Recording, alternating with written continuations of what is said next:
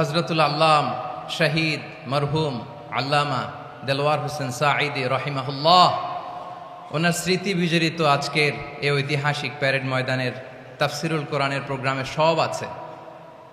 Stage আছে, শ্রোতা আছে, প্যান্ডেল আছে, মিডিয়া কাভারেজ আছে, কিন্তু আমাদের কলিজার টুকটাটা আমাদের মাঝে নাই।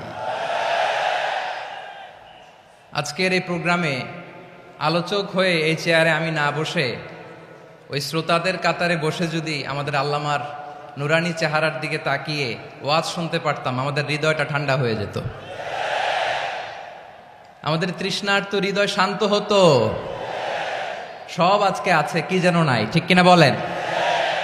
আল্লাহ তাআলা প্রতি 100 বছরে একজন মুজাদ্দিদ পাঠায়, প্রতি 100 বছরে একজন মুজাদ্দিদ, যিনি সমাজকে সংস্কার করেন। আল্লামা দেলওয়ার হোসেন সাঈদী রহিমাহুল্লাহ ছিলেন তেমন একজন মুজাদ্দিদ। চিৎকার করে বলেন ঠিক কিনা? উনি শিরক বিদআতের আস্তানাকে তছনছ করে দিয়েছেন, তাওহীদের বাণীকে সমুন্নত করেছেন, গণমানুষের কাছে তাফসিরুল কোরআনকে জনপ্রিয় করেছেন। আজীবন আজীবন তিনি ইসলামকে বিজয়ী শক্তি হিসেবে দেখার স্বপ্ন দেখতেন। এত প্রাঞ্জল ভাষা, এত চমৎকার আধুনিক প্রেজেন্টেশন, গণমানুষের কাছে কোরআনের তাফসিরকে এভাবে জনপ্রিয় করে তোলার মতো ব্যক্তিত্ব আল্লামা সাঈদী ছাড়া দ্বিতীয় কেউ এই বাংলার ভূখণ্ডে নাই। এই যে তাফসিরুল কোরআন, এই যে টার্মিনোলজি, এই টার্মটাই উনি আসলে জনপ্রিয় করেছেন। আমরা আগে জানতাম না যে এভাবে তাফসির করা যায়, এভাবে scientific indications of the Holi কোরআনকে মানুষের কাছে পেশ করা যায়, এভাবে এত জীবন ঘনিষ্ঠ করে, এত ইন্টারেক্টিভ করে কোরআনের কথাগুলো মানুষের কাছে উপস্থাপন করা যায়। উনি অন্যায়ের বিরুদ্ধে সবসময় সোচ্চার ছিলেন, প্রতিবাদী কণ্ঠস্বর ছিলেন। ওনার আলোচনা শুনলে দেহের রক্ত টকবক করে ফুটতে থাকতো। আল্লাহু আকবার, আল্লাহু আকবার, আল্লাহু আকবার। He was a strong mouthpiece of Islamic revivalism. Islamic জাগরণের স্ট্রং মাউথপিস ছিলেন আল্লামা সাঈদী রাহিমাহুল্লাহ। অনেক দোয়া পেয়েছেন, আমরা পড়েছি, এমন জীবন তুমি করিবে গঠন, মরণে হাসিবে তুমি, কাঁদিবে ভুবন। গোটা বিশ্বকে তিনি কাঁদিয়েছেন। আল্লামা যখন ইন্তেকাল করলেন, আমি তখন মালয়েশিয়া থেকে যুক্তরাষ্ট্রে একটা কনফারেন্সে যোগ দিতে যাচ্ছি, কাতার এয়ারলাইন্সে। মালয়েশিয়া থেকে দোহাতে নামলাম। দোহায় যখন আমার ট্রানজিট, তখন শুনতে পেলাম যে আল্লামা বিদায় নিয়েছেন। সোশ্যাল মিডিয়ায় শুনে বিশ্বাস করতে পারলাম না। মুহূর্তের মধ্যেই মাসুদ সাঈদী ভাইকে মেসেজ করলাম, উনি কোনো উত্তর দিতে পারলেন না। মাসুদ ভাইয়ের সাথে যখন কোলাকুলি করি, আমাদের শামীম ভাইয়ের সাথে যখন কোলাকুলি করি, মনে হচ্ছে আল্লামা সাঈদীর ঘ্রাণ পাই। শরীরটা লিটারালি কাঁপছিল, নিজেকে মানাতে পারছিলাম না, বিশ্বাস করতে পারছিলাম যে আসলে আল্লামা বিদায় নিয়েছেন। ইন দ্য মিন টাইম আমার সেকেন্ড ফ্লাইট, দোহা টু নিউ ইয়র্ক, 12 ঘন্টার ফ্লাইটে উঠলাম। ইন্টারনেট থেকে বিচ্ছিন্ন হলাম। নামার পরে শুনলাম আল্লাহু আকবার, যেখানে ওনাকে কবরস্থ করার কথা ছিল সেখানেও কবর দিতে দেয়া হয় নাই। ছবিগুলো দেখতে লাগলাম, হাসিমাখা মুখ, হাসিমাখা নিথর দেহটা, মরণে হাসিবে তুমি, কাঁদিবে ভুবন। From east to west, from north to south, the entire globe, গোটা বিশ্ব ওনার জন্য কেঁদেছে, গোটা বিশ্ব কেঁদেছে। কাবার গিলাফ ধরে ধরে মানুষ চিৎকার করেছে। এর চেয়ে শ্রেষ্ঠ মৃত্যুকার হতে পারে? আমাদের আল্লামার আর কি পাওয়ার ছিল বলেন? আর কি পাওয়ার ছিল? কুল্লু নাফসিন যায়িকাতুল মাউত, যারাই দুনিয়াতে আসবে তারা ইন্তেকাল করবে, এটা আমরা মেনে নেই, এটা আমরা জানি।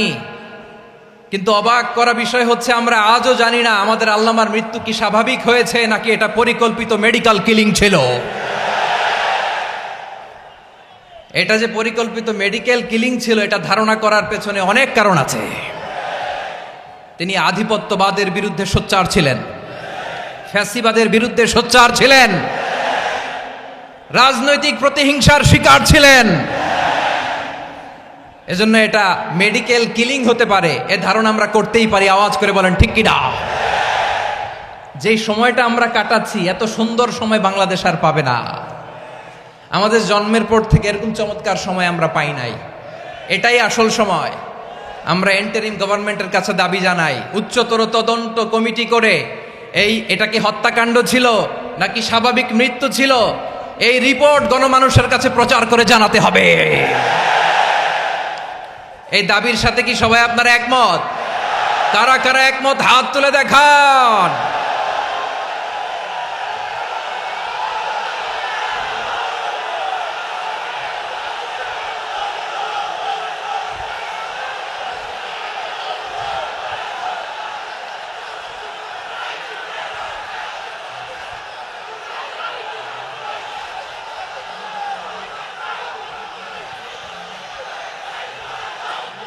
আমার প্রিয় ভাইয়েরা, প্রিয় চট্টলাবাসী, আল্লাহ তাআলা তার এই মুখলেস গোলামকে তার জান্নাতুল ফেরদাউসের মেহমান হিসেবে কবুল করুক, তার জীবনের সকল খেদমাগুলোকে কবুল করুক, জান্নাতুল ফেরদাউসের আলা মাকামে তাকে মেহমান হিসেবে কবুল করুক।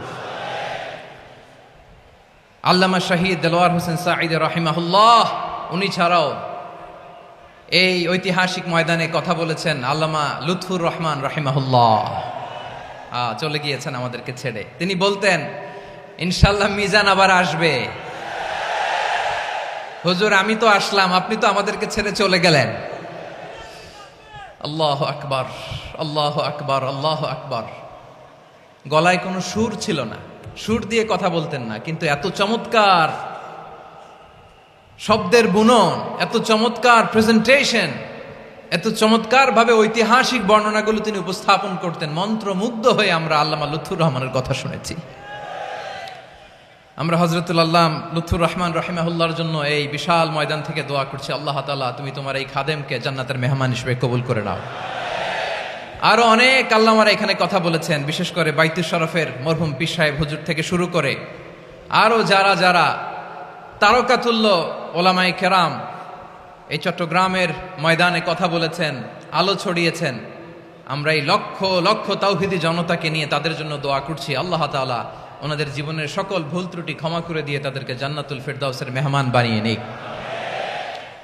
আমরা এই ঐতিহাসিক প্যারেড ময়দানের প্রোগ্রাম থেকে স্মরণ করতে চাই 24-এর ছাত্র নাগরিক অভ্যুত্থানে আমার যে সমস্ত ছাত্র নাগরিক ভাইয়েরা দেহের তাজা রক্ত বিলি দিয়ে নতুন বাংলাদেশ আমাদেরকে উপহার দিয়েছে।